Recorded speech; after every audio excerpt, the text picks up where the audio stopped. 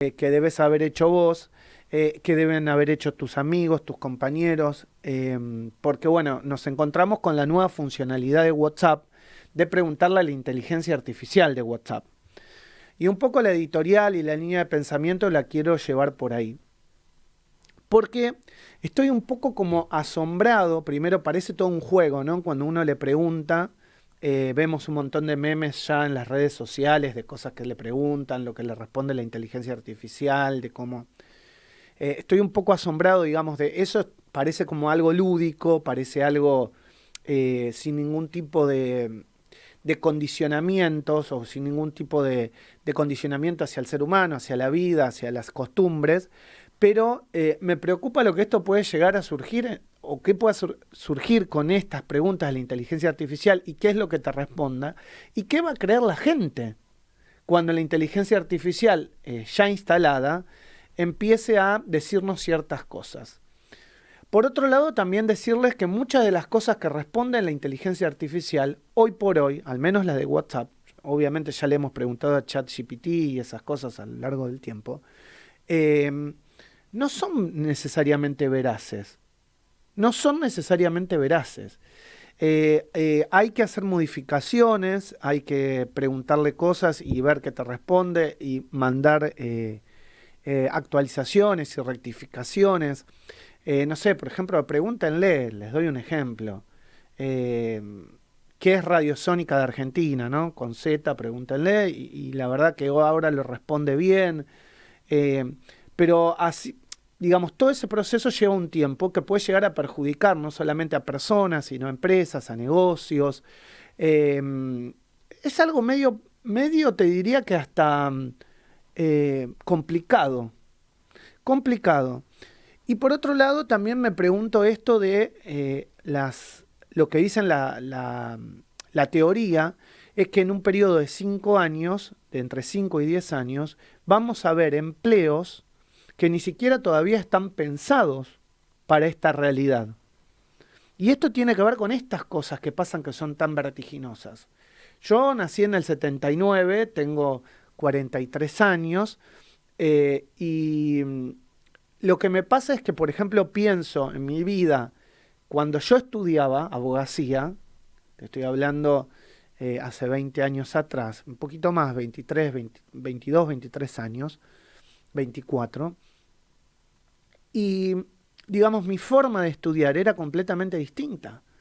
Yo no tenía el acceso al celular tan sencillo. Sí, obviamente, el celular como llamada ya existía, y yo lo tenía, pero no era el acceso al celular permanente con las redes sociales, a te diría, dependencia absoluta que hoy es no solamente para estudiar y que va a pasar con esta inteligencia artificial, sino también para trabajar. Hay, digamos, como un cambio de vida en estos 20 años que tal vez lo vimos de una manera un poco más, eh, te diría 20 años de algo más eh, como en piloto automático, que en estos 5 años que se nos viene van a ser vertiginosos. Nadie pensaba, por ejemplo, en llamadas con videollamadas, en llamadas por WhatsApp, en el fin de la línea telefónica como tal, tradicional. Bueno, y hay infinidad de ejemplos, ¿no? Operaciones vía videollamadas. Eh, Hay verdaderamente cambios muy, pero muy profundos.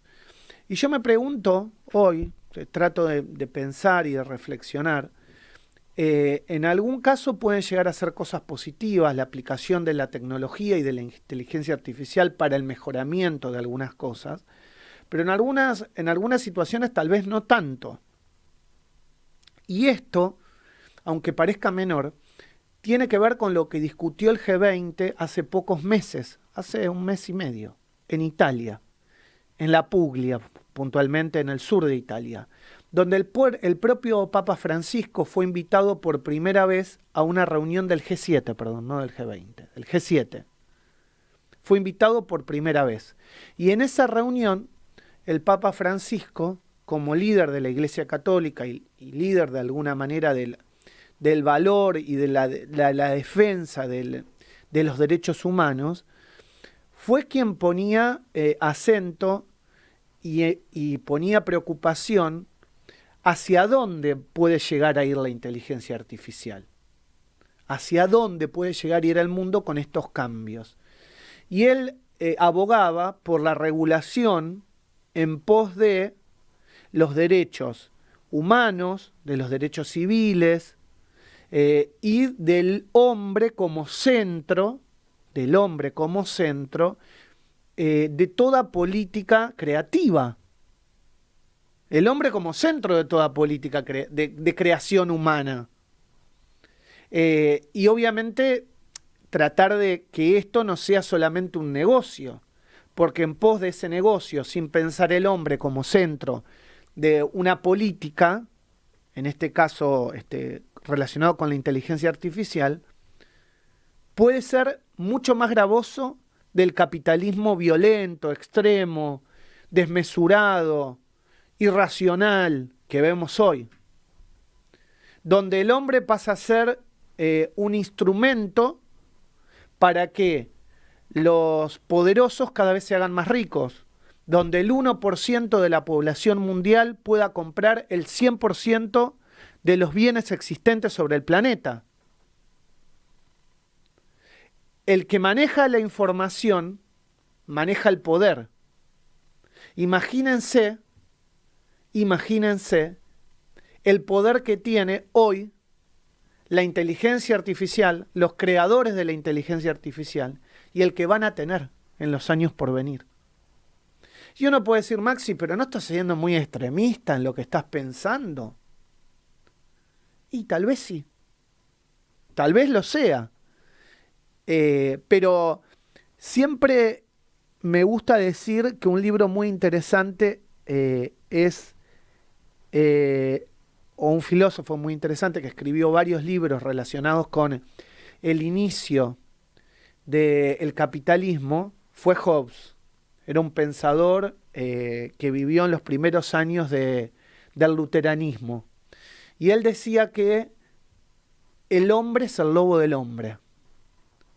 Y hoy creo que los que han llevado a la creación de la inteligencia artificial muchas veces no necesariamente ha sido para tratar de potenciar las cosas positivas, sino que puede ser también para el control de esa información, para el control, para su propio beneficio, para evitar el libre pensamiento, la libertad de poder disentir, la libertad de poder pensar diversas cosas, diferentes cosas, buscar la unidad de criterios frente a determinadas cosas o desafíos que nos presenta la realidad y la vida. Y eso es lo que un poco me asusta, porque lo veo en las generaciones más chicas, que les cuesta, obviamente, preguntarse, aprender por falta de conocimiento, a decir, che, pero esto puede que no sea tan así, puede haber otra versión. Y ahí es muy interesante lo que pueden llegar a ser los educadores, es decir, los profes, en las escuelas primarias, secundarias, para hacerle y las familias, obviamente, los padres, para hacerle entender a los pibes que no todo lo que vayan a ver acá en una inteligencia artificial que te va a responder WhatsApp puede ser necesariamente la realidad. Que puede haber una parte de la verdad, pero que no hay que entender las cosas que vamos a ver acá a partir de hoy, porque el acceso va a ser infinito,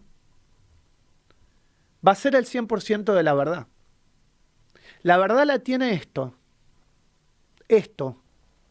tu cerebro, mi raciocinio, mi línea de pensamiento, que la mía fue de alguna manera, entiendo yo, una de las últimas generaciones, no para defender generacionalmente mi edad, sino porque realmente creo que vamos camino hacia eso.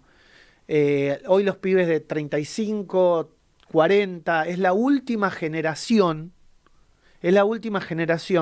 que piensa de alguna manera analógicamente y entiende que agarrar un libro y diferentes versiones de una cosa te llevaban a pensar, a crear por vos mismo, a poder sacar tu propia línea de pensamiento.